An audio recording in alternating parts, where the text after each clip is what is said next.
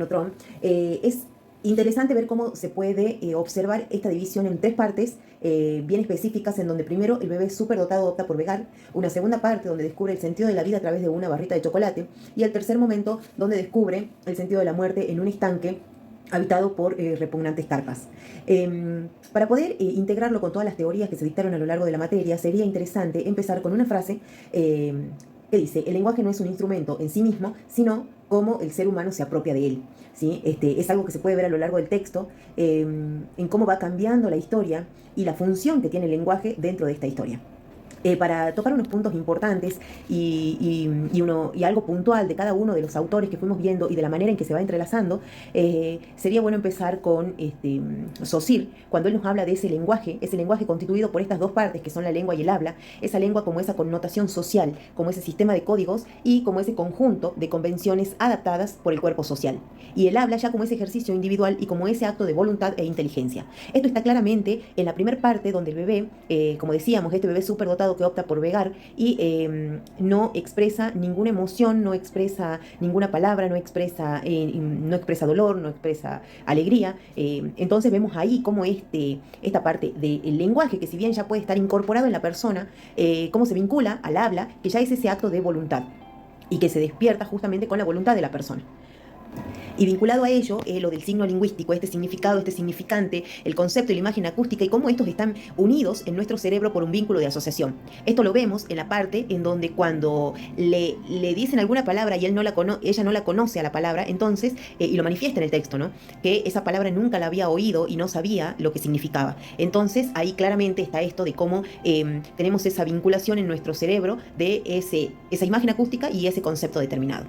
En cuanto a otros autores, también se puede ver esto que mencionaba Prop, que es quien estudia los cuentos de hadas y encuentra que en todos los cuentos había esta estructura recurrente, y a partir de la cual Levi Strauss también empieza a hablar de estructura, ¿no?, a partir de este aporte que hace Prop. Y en esta historia justamente también vemos esa estructura presente que está en todos los cuentos, donde hay un inicio, donde hay un nudo y un desenlace. Por otra parte, y muy interesante también, es adentrarnos un poco a la teoría de Lacan y su relación con la historia, ¿no?, cómo lo podemos ir vinculando. Y puntualmente hace referencia a cuando él nos habla de la eficacia simbólica y de estos tres registros, de lo real, de lo simbólico y de lo imaginario.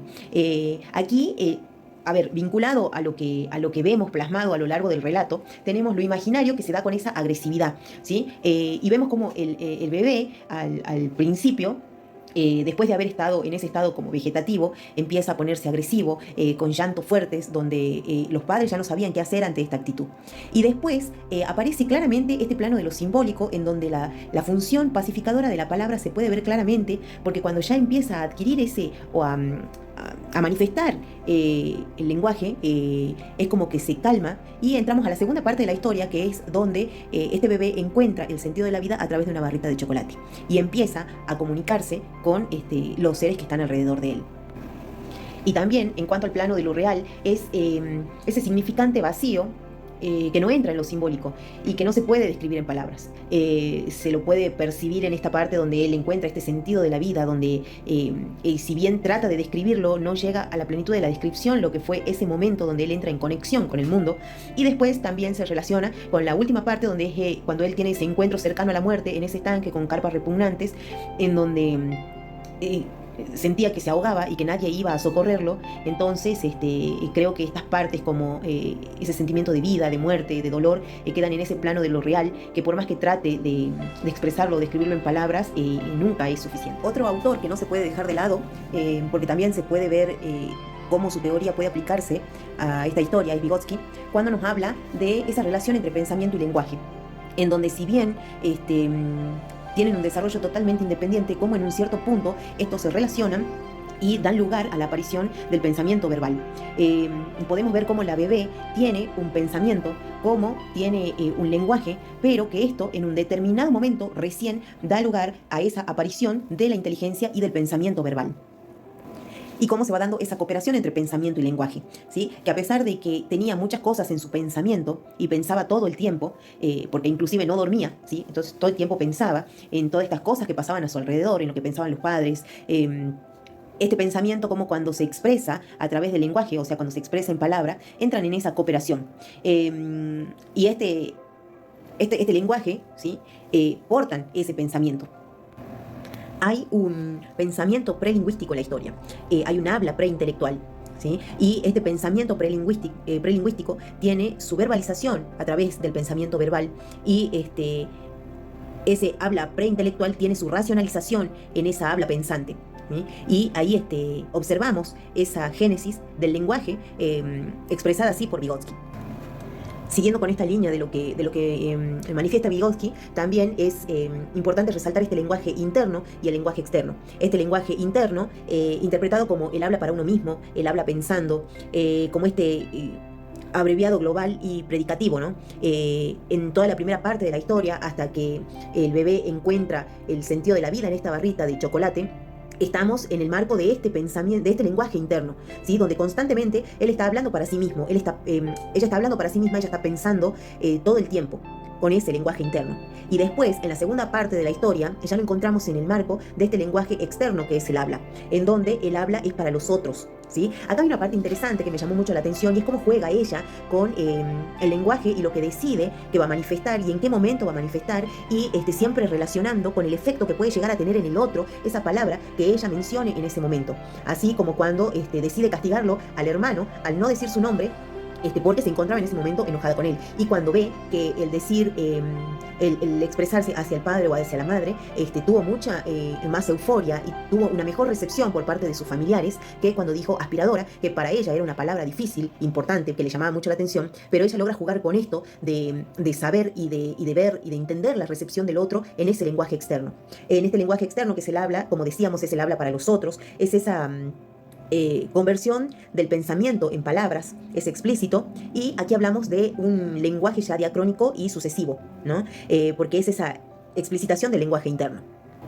Y en cuanto a los planteamientos de Noam Chomsky, que sabemos que él nos habla ya de un lenguaje innato, podríamos también interpretarlo a través de la lectura, con esta parte de que él nos habla justamente de este conocimiento innato, que es la que nos permite desarrollar el lenguaje, porque si lo analizamos desde otro punto de vista, la historia, podemos decir que esta bebé superdotada ya tenía un conocimiento innato, donde ella en un momento opta por no expresarlo, y después, cuando ella lo decide, lo empieza a manifestar, porque ella hace saber en una parte de la historia que ella ya tenía ese conocimiento, que ella ya sabía hablar, y que bueno, nada más que en ese momento ella decide comenzar a comunicarse.